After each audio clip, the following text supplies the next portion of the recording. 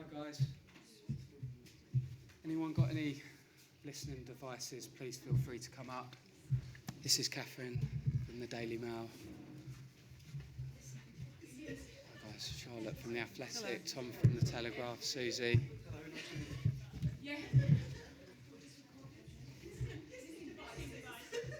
Yeah, recorders, listening devices. Eloquent as always. Thanks ever so much for joining us. We've got Lucy Parker here.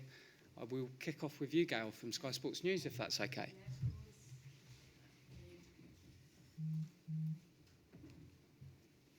Well, Lucy, a little bit longer to get in here than first thought. How's it been now you're finally here, finally in that England outfit? Very nice. I think the first sort of yesterday and today have been a bit of a whirlwind and sort of just like whoa everywhere. But no, it's been really good. I've really enjoyed it. You obviously got to see a lot of your teammates and some of those that have gone before you today. I wondered who you were like tapping into for a little bit of advice. Who's your new best buddy?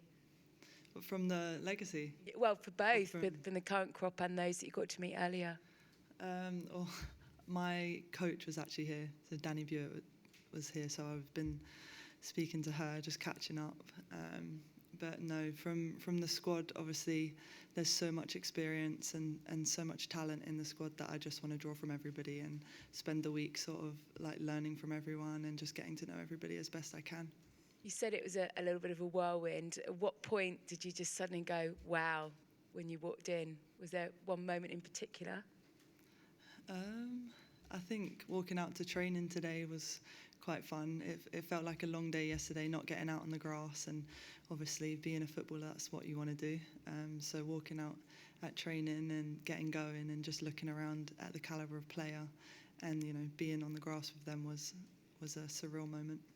And you talked about the opportunities of playing in big stadiums, didn't you, earlier on, because of West Ham being the only sort of WSL club that haven't moved it. I mean, it doesn't get much bigger than what might await on Thursday. How much are you looking forward to that prospect at Wembley, for Wembley?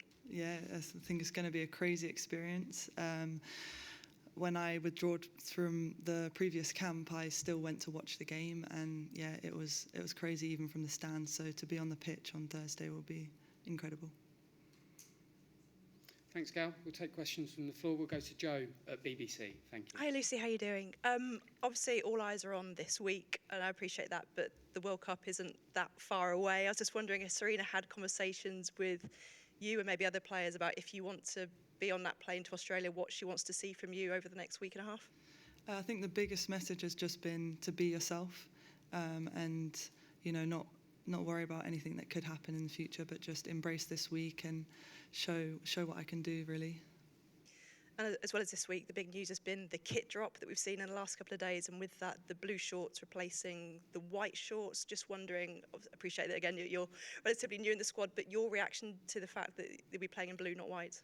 I think anything that sort of relieves the mental stress from a player is a good thing. So, you know, if it's one less thing to worry about, then why not? Thanks, Jo. We'll go to Emma at BBC. Hey Lucy, Hello. Nice to see you. I just wanted to ask about Leah Williamson, because obviously you come in training alongside her. She's obviously leading the way in terms of that centre-back role at England. So, you know, what have you made of her from the outside, and now sort of being able to train alongside her? How sort of important is that for you? Leah's obviously someone I've known from the youth teams, and growing up playing at Arsenal Academy, she was always sort of the age group above, so she's always been someone for me to sort of idolise, role model, as someone that's just that one step ahead. And obviously for England, she's a huge figure, and getting to sort of spend a week with her and learn from her is going to be a great experience. Yeah, and as it was mentioned before, obviously playing at Wembley this week, I know that you raised questions sort of early this month or last month on sort of West Ham, your club, not playing at the men's stadium, as it's so called. Have you had any more clarity from the club on that, and are there plans for that to change in the future, and sort of how disappointing is that really? There's been really positive conversations, and you know, for me, I just believe that we as females have a responsibility to leave this game in a better place, and that's the only place that my frustration has come from. But for now, like this next 10 days, I'm fully focused on everything that's happening here. So, yeah. Thanks, Emma. We'll just go behind to Good Morning Britain. Hello there. Obviously, Thursday's a big night. What's the sort of mood in the team at the moment, given the success that you've all had and the huge interest for Thursday night? I think excitement is probably the biggest one, as everyone just wants to get going and get the game played and hopefully win, bring another trophy back. And what would you say are the challenges ahead of that match that Serena's been talking to you all about? Brazil obviously have a lot of creative talent, and so, managing 1v1 duels and things like that, what we'll be focusing on. Thank you. Yep, we'll go to BBC at the back. Yeah, hiya, I'm Kimberly from BBC Bite Size. So our audience are obviously building up to exam season at the moment. It's a big moment in time. You're having a massive moment in time at the minute. You're here at St George's Park. It's a huge moment in your career. I just wonder how you prepare and adapt for something like that when you're walking into something that you've been waiting for your whole life. That's a good question. You get a bit nervous in the car driving up, and yeah, meeting everyone's obviously quite nerve-wracking, but I think everything you do from your day-to-day life in general has led you to the moment that you're at. So there's nothing like overly special coming into camp that I've done any differently, but it's just everything that's come before is prepared for this. Thank you. Thanks, Kimberly. If we could get the microphone down to the front, we'll take some questions. We'll begin with Dan Pentland. Thank you very much, Kimberly. Lucy. Obviously, you've been in the youth setup previously, so I suppose what's the differences coming from that environment into this one, or there's some similarities there as well? It might be surprising, but this is actually a lot more relaxed. I think going through the youth age groups, there's obviously a lot more of a protection there, but no, the general feeling is a lot more relaxed. I just want to ask you about Mackenzie Arnold, because potentially you might meet on Tuesday in Brentford. So yeah, I know she's been playing well for club and country at the minute. So yeah, what's she like to work with day to day, and how do you rate her? Yeah, she's obviously a fantastic goalkeeper, and the way she performs every week speaks for itself. So if we get to face each other Tuesday, that would be quite cool. Yes, thanks. Thanks, Dan. We'll go to Ella, just next to you. Thank you. Hi, Lucy. What's the feeling among the England camp when it's looking forward to the World Cup in the summer? Is there a belief that you can win it? Of course, yeah. But, there's a lot of really good teams going into the tournament expecting the same thing. So, you have to take it game by game and day by day and go from there. Are you doing any prep when it comes to sort of the crowds? Because obviously it's away from home this time. Have you discussed how the atmosphere might be different? Not really. I wouldn't. Just I don't know, yeah. focused. Thank you. Thanks, Ella. Yeah, we'll just go across. Obviously, Thursday is the first feeling it's emerged, sold out 5 months ago. How does that make you and the rest of the squad feel about the appetite for the women's game at the moment? Yeah, it's really exciting to have that much demand that quickly. The game is in a good place, and obviously we want to build on that. Every time we can have this sort of exposure is really good, so it's exciting. And of course, we want to build on everything that happened with the Euros, but does it feel like the sort of spirit of the Euros success sort of lives on in the squad now? Does it feel like that's still knocking around off the walls and getting everybody excited? Yeah, of course. Winning is a habit, and the girls are very good at it, so hopefully it can continue. That's it. Thank you. Thanks very much. We'll take questions from the back. We'll go to Charlotte at The Athletic. Thank you. Hi, Lucy. Hello.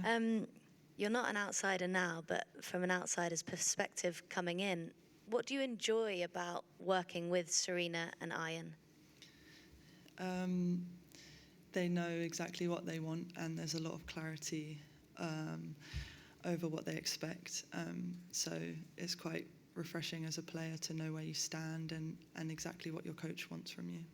And how have the England coaching team prepared you week in, week out for this camp while you're at club? I think for me it's probably been a little bit different to a standard player.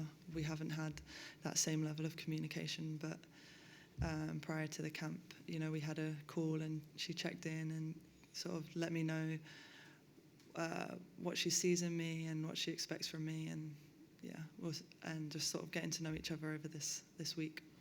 Thanks, Lucy. Thanks, Charlotte. We'll go to Tom at The Telegraph. Thank you. Thanks, Lucy, for your time. Could I just take you back to when you were called up and then had to withdraw? Obviously, very unfortunate timing. What were your emotions at that point? Did you fear that perhaps your chance had gone through bad luck? It was a hard time to sort of wrap my head around what had happened, and probably to date it was mentally one of the toughest things I've experienced, because playing for England has always been sort of the end goal for me, and that for any young footballer growing up, they want to play for England, and so obviously, like you've said, there's always that stress of will my chance come again. But you know, I had spoke to Serena like upon leaving that camp, and she just sort of said, just focus on getting yourself back fit, and you know, we'll take another look. Well, how much does that mean to you that she, you know, said to you, we'll have another look? That must have meant a lot to you in terms of the support that offered. Yeah, it obviously meant a lot, because leaving was hard, but knowing that I just needed to get my body in a good place and get back playing and do the best I could to sort of make her notice me again. Do you remember where you were when she called for this camp? The second time around, I was cleaning my bathroom and missed her call, and then we played phone hooky for a little bit and eventually got hold of her, and yeah. And what went through your mind when she said, I'd like you to come into this camp? Just, I guess, happiness, relief that it had come back, the chance had come back again, and yeah, just proud. I know it's the second I hung up from her, I rang my mum, so, you know, a lot of happy emotions. Thank you and good luck.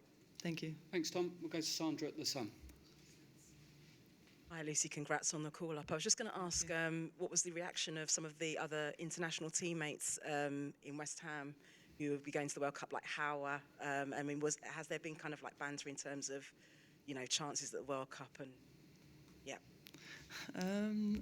Not that much, but they were obviously all very excited for me when the news came out. You know, yeah, I think it's the same for all of us. Whenever a player gets called up for international, it's a great thing for the player and for the club. So yeah, happiness. And Gilly Flatty, someone you've played with a lot in the past, have you kind of been picking her brains in terms of her previous international experience? I mean, have you had any interaction with her in terms of your call-up? Not in terms of my call-up, but me and Jill have a good relationship, and yeah, she was somebody I learnt a lot from last year and respected a lot last year. So it was really good to have that year with her, and yeah, she's someone I admired growing up. And for you, what is it like to be coming through the ranks with obviously Katie Robinson, Maya Letitia breaking through? You're all coming through together, and obviously a new crop emerging. I mean, how does that feel for you to be part of that? It's really exciting. I think if you're a new player coming in, you know, it can be a challenge, but the overall feeling is excitement and trying to add something to the group and make the team better. And if I can do that, then that's great. Thanks, Andrew. We'll just go in front of you to Sophie at ESPN. Hi, Lucy. Hello. I know obviously it hasn't happened yet, but you're in a group where everyone has stepped onto that pitch and got that first cap.